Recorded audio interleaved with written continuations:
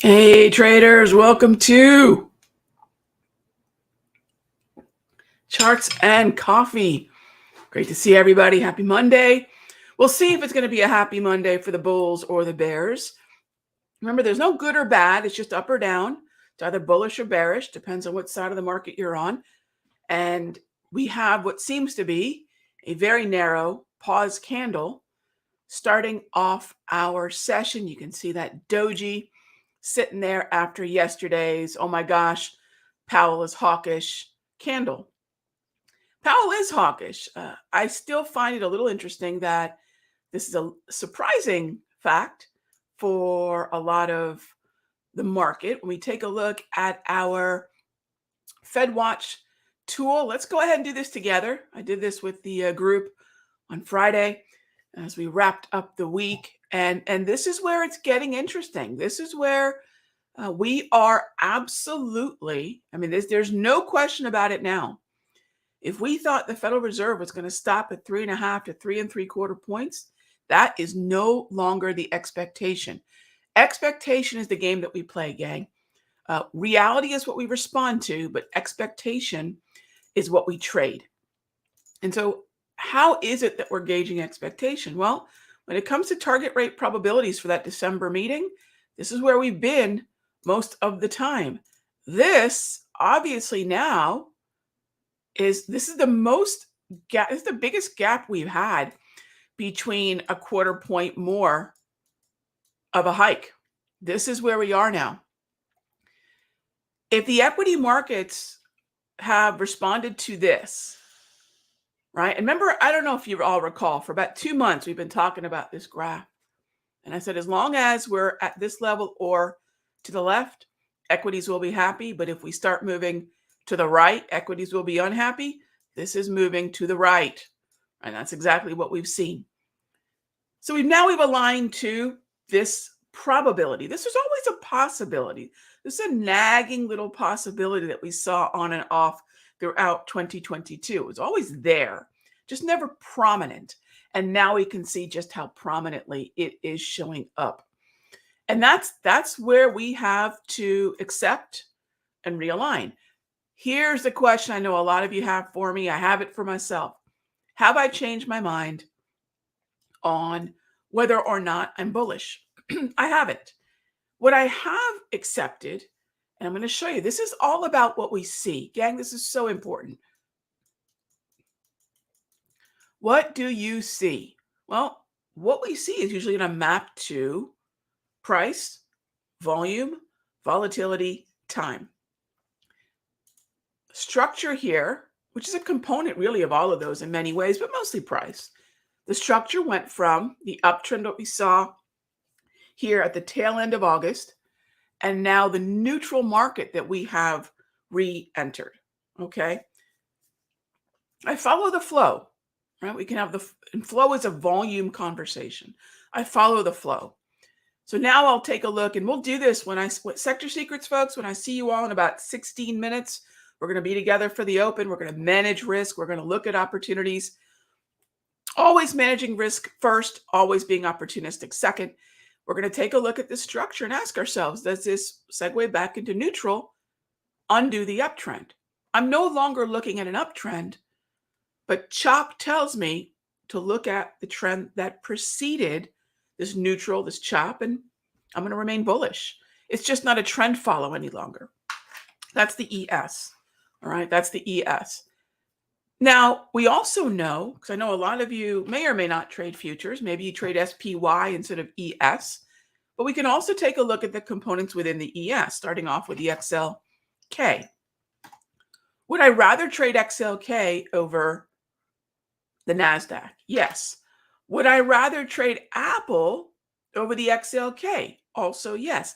This is relative outperformance scanning. This is how I build my watch list. This is at the heart of sector secrets.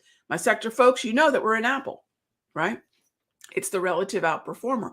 So we're putting ourselves, hopefully, right, in a position to benefit from a resumption to movement to the upside. And that's all we can do. What is the underlying structure? What is the strategy for that structure? And then manage risk. That's trading. Rinse and repeat. All right. So that's where we sit right now. And let's kick it off with a question here. Hey there, Sam. How are you? I'm in UNG. All right. Let's go take a look at UNG.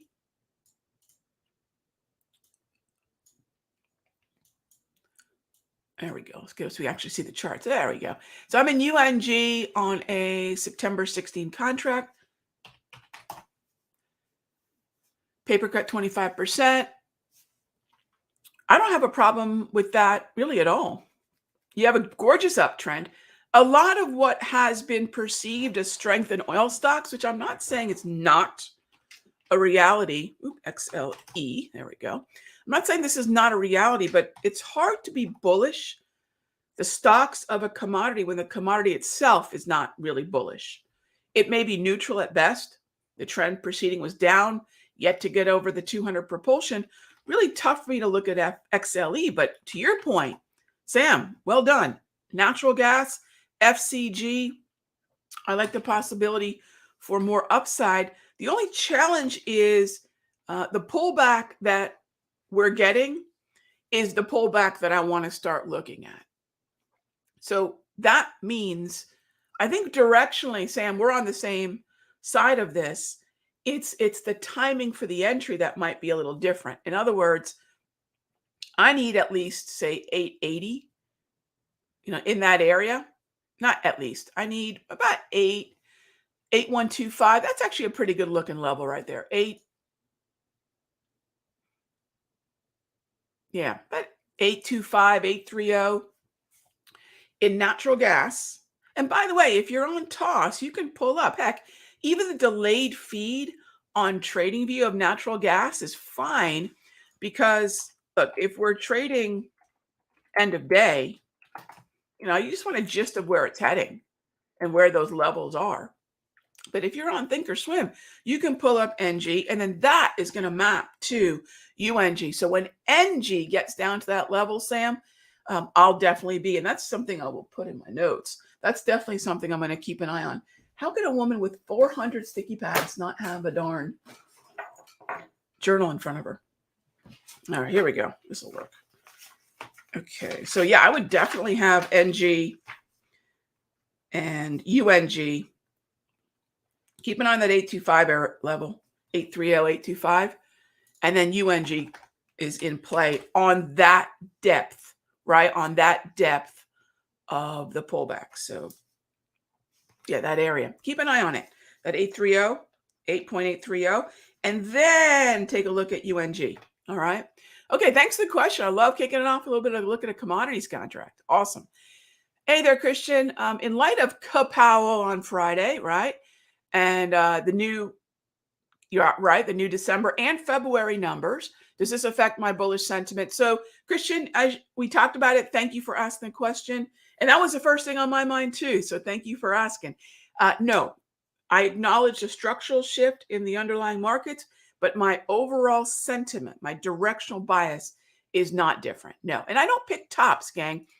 Remember, there's a part of our brain that, what does clickbait work? What does hyperbole work? Why does this is the best? No one's ever done this before. This is 10x. I love 10x, by the way. I love that sentiment, right? However, why does that work? Why does that almost exaggerated? What part of our brain does it grab? I don't know. I'm kind of asking. Maybe someone here is a psychologist or something can tell me. But it works. It grabs our attention. This is the biggest, I love listening to, say, The Rock, right? Listen to The Rock talk sometimes. Listen to the way he talks. Biggest movie ever. Biggest movie. Is it true? I don't know, right? Best tequila. Whatever it is, we tend to glom onto that. Here's the thing. That's not how the markets work, right? I'm not going to pick a top. This is, I think for us, how does that translate into the market? This is 2008. This is 2001. This is the crash. Why does the crash grab our attention? Think about that. And it does affect our ability to objectively look at the market. So in a lot of ways, I kind of joke, I'm better off keeping ESPN up than I am financial television. In fact, financial television was modeled off ESPN, by the way. And I would no sooner watch ESPN to improve my golf swing than I would necessarily watch financial television to improve my trading and investing game. You know what I mean? So I say that because no, it hasn't changed my sentiment. I'm going to go back to what I see. And thank you so much for asking the question. Remember, the world operates anymore on this extreme. It's hyperbole. I mean, the pendulum swings crazy now. And just remember, it has a way of grabbing our attention. And it's not necessarily attention grabbing because it's true. If we hear something often enough, the brain just sort of takes it as fact. And that's a dangerous thing, right? So always know what your measuring stick for what's true is. And I think that's going to be your best way to navigate the markets, at least the modern day markets. All right. So thank you for the question. All right, Martha, how are you? How often am I flat in my 401k, or do I always hold stocks no matter what the market is? In November, I'm going to tell you all the story. Yes, I'm going to make y'all wait till November. Actually, it's probably going to be the end of October. I'm going to tell y'all a story of how I came up with the V score. And that was the last time that I closed 2 or 3 of my portfolios out of the 6 that I have. And I'll never do it again. So how often am I now? Learning what I learned through an extreme. And that was, now look, I remember trading in my college dorm room during Gulf War I, trading gold on the phone, doing my own indicators, the calculator and pen. And fast forward, I'd seen nothing like 2008. Most people I know, even those who traded October, the October crash, the original on the floor, most of them will say, I've never seen anything like 2008. They're different, but they're extreme in their own ways. I learned a lot in 2008, and I will never get flat again because money doesn't go under the mattress. It's going to go somewhere, and it's our job to figure out, all right, if money's flowing out of risk appetite type markets, it's got to go somewhere. Where is it going? Yes, cash is a position. That's true. But usually something's going to benefit. There's usually a defensive corner of the market. And so the answer to that is, since 2008, Martha, yes. I'm not always fully invested. I have an investing approach that I do use. And those of you in the Sector Secrets Mastery, you know what I do. It's almost a very long-term trader's perspective. It's a position trade position based portfolio.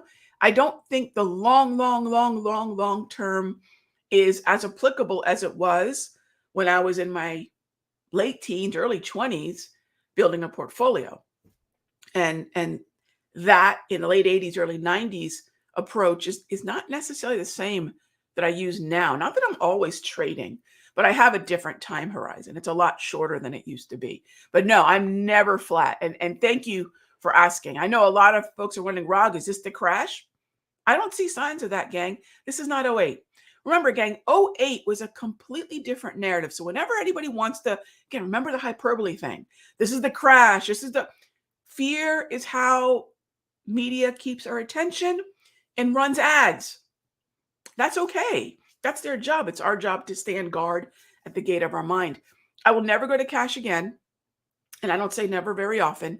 And I will see what the opportunities are. And remember that the time horizon is probably minimally 6 months for me to allow something to gain some traction and benefit from a longer term hold. So thank you for the question.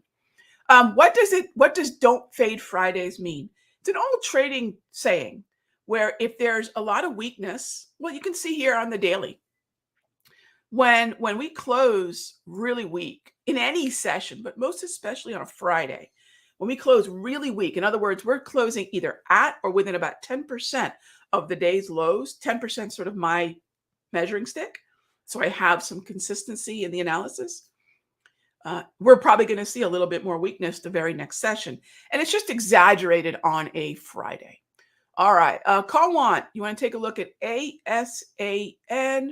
Earnings are on the 8th. Well, be careful here because once we get within 2 weeks, the implied volatility of the option chain, and I know you know all this call one, so I'm going to let everyone else listening know.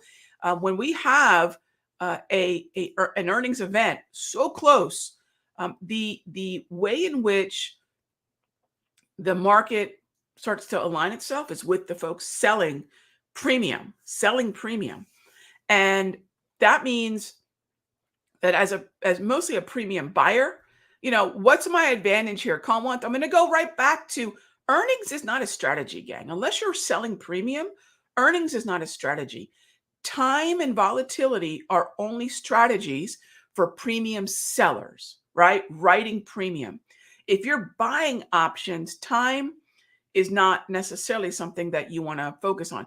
It's always structure first. I don't have great structure here, call one. So I guess the first question I'll always ask is, what's the trade here? Right? What's the trade? In other words, where is my edge on ASAN, right? What's my edge? What's the structural edge? It's actually probably an oversold buy, closer to say 1620, and an oversold stochastic, which I have now, in an oversold neutral market where the previous trend was up. That would be the setup. So earnings really doesn't factor in other than a reason to possibly avoid, right? Because what's going to happen? I'm going to have this massive event. If I can dig my heels in and get an opportunity to build a position, say, between 17 and 16, that might allow me to control risk where, depending upon the historical volatility move that I'm going to anticipate, I might have to risk about 50% of premium paid if I'm going to be directional. And I'm only giving you the directional view because that's all I would do, right? Because I'm not really in any way a consistent option writer, option seller. So thanks for the question. Just beware that the scales are tilting to traders that are capitalizing on the diminishing time and the increased volatility. And they're going to charge a premium for those calls or puts or however you want to get to the market. You're going to get a premium built into what you're paying for. Do options values, hey there, it's me, Claire. Do options values lose value over the weekend? Options are a depreciating asset, period. So whether it's weekend, holiday, just days on the calendar, the answer is simply yes. However, the speed at which they lose has to do with the proximity to the expiration date. So what you'll find is it's sort of the scale that's kind of always, so if this is your options value, right, up here, whatever you paid, and as we get closer and closer and closer to expiration, it starts to really lose value unless the momentum's moving in your favor. But the time component value of your option, the closer it gets to expiration, inside a month, inside 3 weeks, inside 2 weeks, right? The closer we get to expiration, it actually increases. It accelerates that time decay, or what's known as theta decay, of your option. So yes, any calendar day is going to have an effect on a depreciating asset, right? So simple answer is yes, and that's why. All right, next up is, let's see. Avi says, my question is, how many trades a day am I out? I don't know what that means, Avi. How many trades a day am I out? Hey, feel free to rephrase. We have a couple minutes left. Avi, I don't quite follow the question. What do you mean by out? Thanks for the question. Yeah, let me know. I love talking about risk management. Absolutely. In fact, we're going to have an update over at the countdowntrader.com, www.countdowntrader.com. I think Trish and I are going to be working on that in between getting ready for the next class. But yeah, that's definitely going to be something we're going to talk more about. It is the Holy Grail, gang. It's not a secret squiggle, not any of mine, not anybody of anybody's. Anything of anybody's. The Holy Grail to trading is the most unsexy thing, and that is position sizing and risk management. All right, wheat is looking good, so that means we take a look at ZW before we head on over to WEAT. There we go. And wheat is looking good for a put. I would be careful with some of the grains, but yes, it's below the 200. It's in a downtrend. Just be a little cautious, But yes, I agree with you in terms of it's really flat or not or short. It's flat or short. I'm with you. I'm with you.